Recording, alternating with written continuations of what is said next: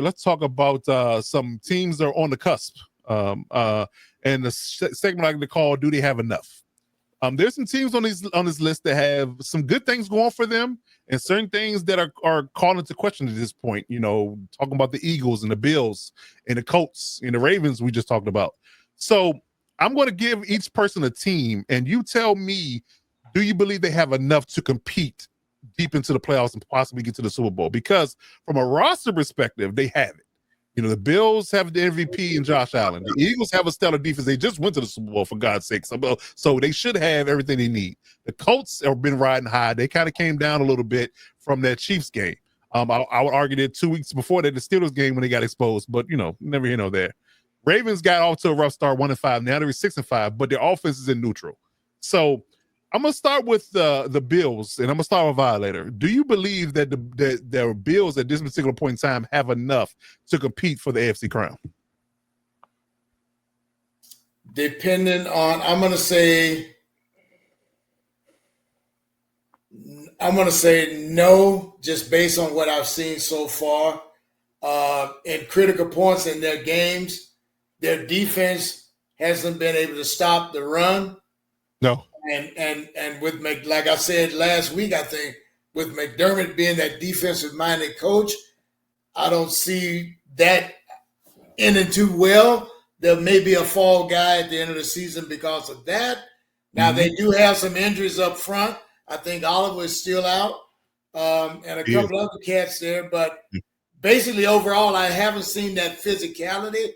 All the Bills games that I've gotten to watch, I haven't seen that same physicality from a year ago. And if that continues to be the trend, you know, as the weather changes and these games get tighter, I'm going to say no, because Josh Allen alone cannot carry this team into the playoffs. I like it. I agree with you. I definitely agree with you. Can't stop a cold with a vaccine, and they get stuck in neutral and the offense can't move like they need to, then that's where they get in trouble and they can't win games. So I definitely agree with you there. They did get Brandon Cooks today. He did sign with them as a free agent, so they did get some wide receiver help. But I would argue that Brandon Cooks is another version of Khalil Shakir, and an older one at that. So we'll see how that flows. I mean, they will get Dawson Kincaid back this week from injury, but I mean, if your best weapon is your tight end, I mean, outside of being the Kansas City Chiefs, that's not going to bode well for you. So yeah, I have my doubts for sure. What I see with them also, Coach, is that it's almost like they're spoiled. You know, they've got their Superman with his cape, but that team becomes the offense becomes one-dimensional. Yeah. So even a good high school team can scheme to shut that what do you call it? That advantage that you think you have, shut it down or neutralize it at least. Take that away, make you beat me somewhere else. Yep. Yeah, I agree. Yeah, I definitely agree. And I think some teams have shown that they can do that. Yes. You know, when he can, like I said, when he can't put that cape on, you know, or they got the kryptonite in their pocket, that's what tend to happen. So yeah, I mean, when your claim to fame is running the ball and that's your best attribute, and you don't do it, that's another fault that I have. That's weird too. Not sticking with it. Yeah, exactly. Feed James Cook. But yeah, we'll see how the things roll. But I mean, they're already 2 games back in their division. The freaking Patriots have got 10 wins now. I had to double take and look at that twice when I read that this morning. I was like, they got 10 wins already. That is crazy. Mike Vrabel. That'll do it. And Tennessee should be kicking themselves right now, but that's a whole nother conversation. Whole nother conversation. All right, Dub. All right, let's talk about the Colts for you. Do you believe that the Colts have enough to compete for the AFC crown? I do. I don't see anybody else in the AFC that really looks like, you know, they want it, to be honest. I mean, like we talk about the Bills and they have some things that they're lacking. The Ravens, we're still waiting to see Lamar be Lamar. You know, it just doesn't look like there's anybody else that's going to step up and really take that next step to really compete with the top teams in the NFC and the top teams in the NFL. So, you know, to me, I think the Colts are probably, you know, the next best thing if you trust in Danny Dimes. So it's really, you know what I mean? So it's really going to come down to that. But I do think they have enough to make it in the AFC. You know, obviously that was the question, so I'm going to leave it there.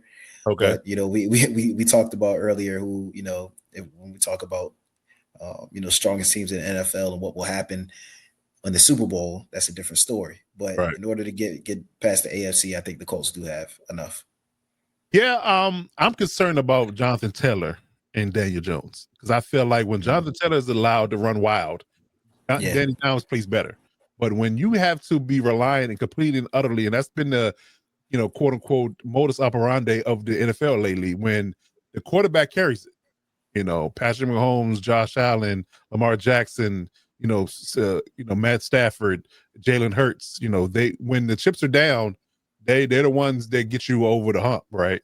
But I'm not sure Daniel Jones can do that. And if you see what the Chiefs did, they literally, to Violet's point earlier, they took away your best weapon and made you play left-handed, and you couldn't write. You couldn't write a sentence with being left-handed. So that tells you that if you can find a possible way to keep Jonathan Taylor bottled up, and if they had to face the Chiefs again in the playoffs, I would argue the Chiefs probably win it again, because they know how to shut Jonathan Taylor down. They got a really good run defense. So, and you got to face the teams like the Texans, who just got a good defense in general. So they're not going to let you do anything.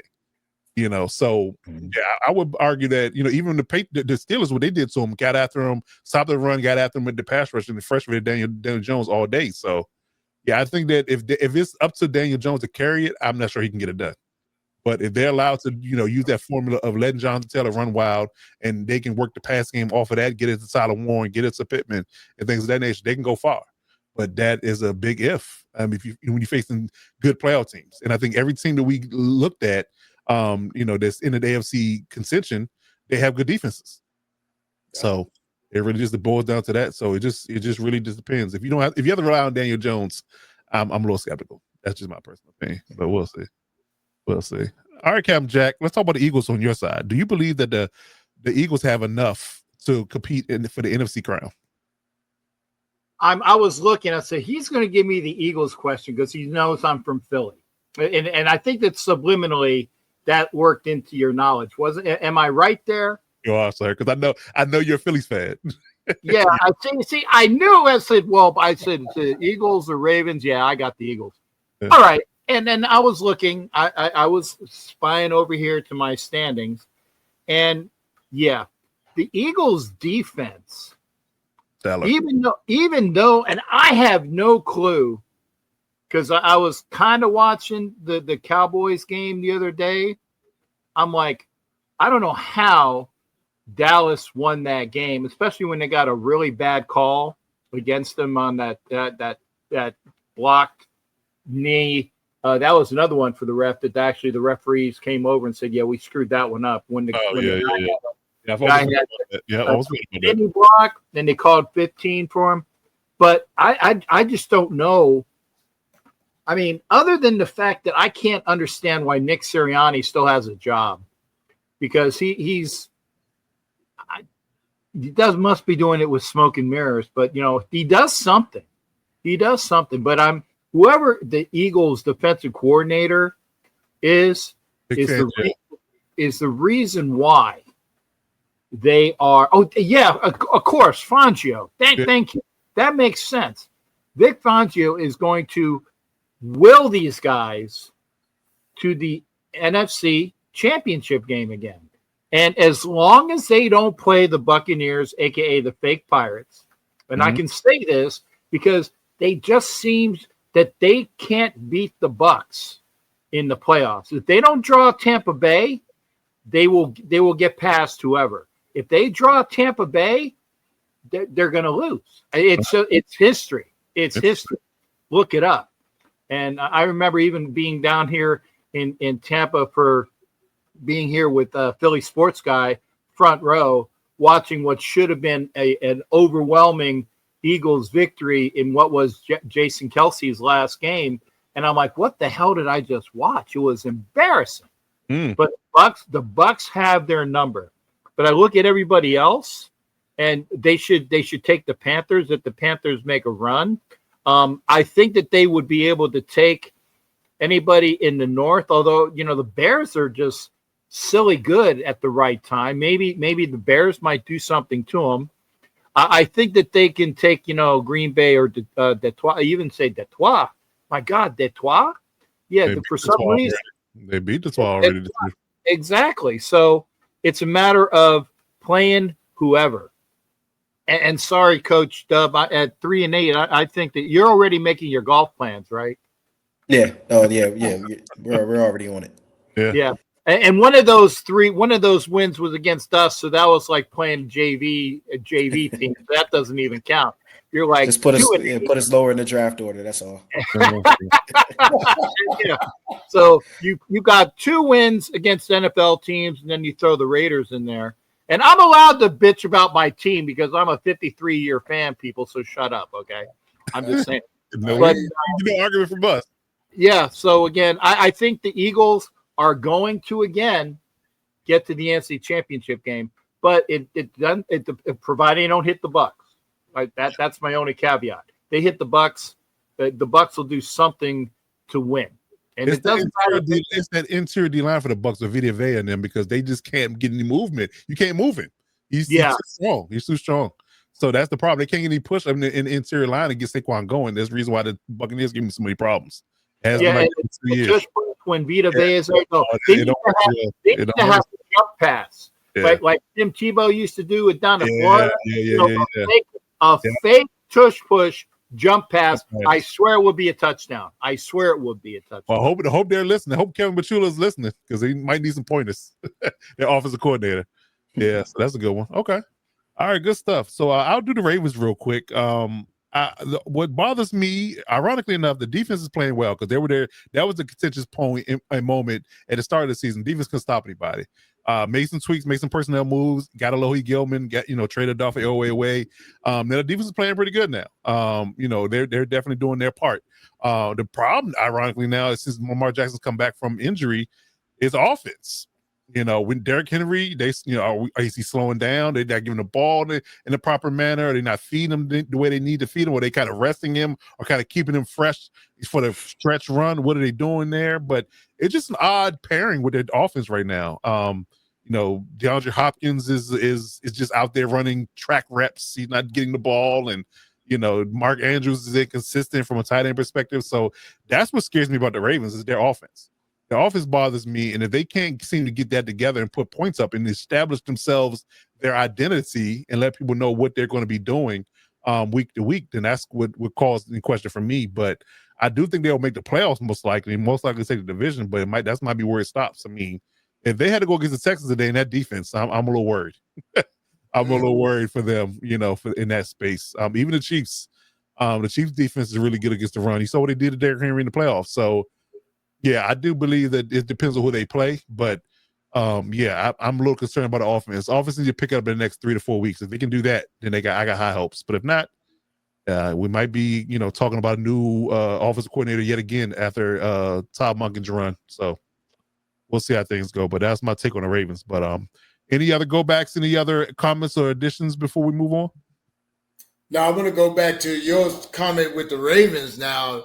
Just from the games that I've watched of them, I think they're kind of doing like the Lakers did LeBron. They just pace him for the entirety because they know they need him on that the last 4 game stages to solidify their positioning. So, but you can see him slowing down just a bit.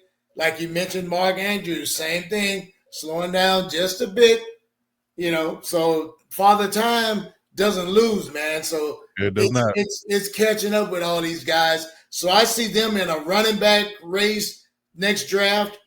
Yeah. And of course, offensive line, because that's been their bread and butter. And I think they're going to lose their center to free agency. Yeah. So I think we want them. We want their center. Yeah, we'll take him. Yeah, we're damn sure taking. But you might be in a bidding war with us. I'm not going to lie to you. Oh, is that You're going to be in a bidding war with the Chargers, and we got $120 million in cap. So I'm hoping that it'll be a bidding war for sure. We got it. We got about that. Yeah, somewhere close. Yeah. Yeah, we got. Actually, I think we might have a little bit more. But it's funny how we talk about all these skilled positions in the game. Yep. Without the trenches on both sides, you just giving us lip service, man. That's a fact. Yep. And by the way, please play Andre James at center this week coming up, so we can go blow past his ass. I mean, there are Raider defenders that have been licking their chops just to get well, that. He can't be much worse than Bradley Bozeman at this point. He's been getting, completely and utterly dog walked for the last 8, 9, 10 weeks or 11 for them for all his entirety. He'll be getting dog walked the whole season. So it's not much, difference. I think Andre James might hold up a little bit better. That's how bad he's been playing. So I say that Bradley Bozeman reminds me of remember those old punching bags, with the characters on them that you could tackle them. They would just come up, they would go up and go down. That's how Bradley Bozeman plays center. They play center. Yeah, just knock it down and he'll it'll pop back up. But you can knock it down and play, it's easy. It can't be any worse than we had Parker at right tackle. I called him the swinging gate, like in the Old West. Whoever was on him would be by him just like the swinging gate. Yeah. Little doors. Yeah. Cafe doors. There you go. Oh, man. Oh, yeah. But again, I think we're in a rough spot. That's all I can say. We definitely gonna need a center in 2026. That's for sure. Well, good. I will be watching that game in Atlanta. I like it. Yeah. Okay. Good stuff. All right.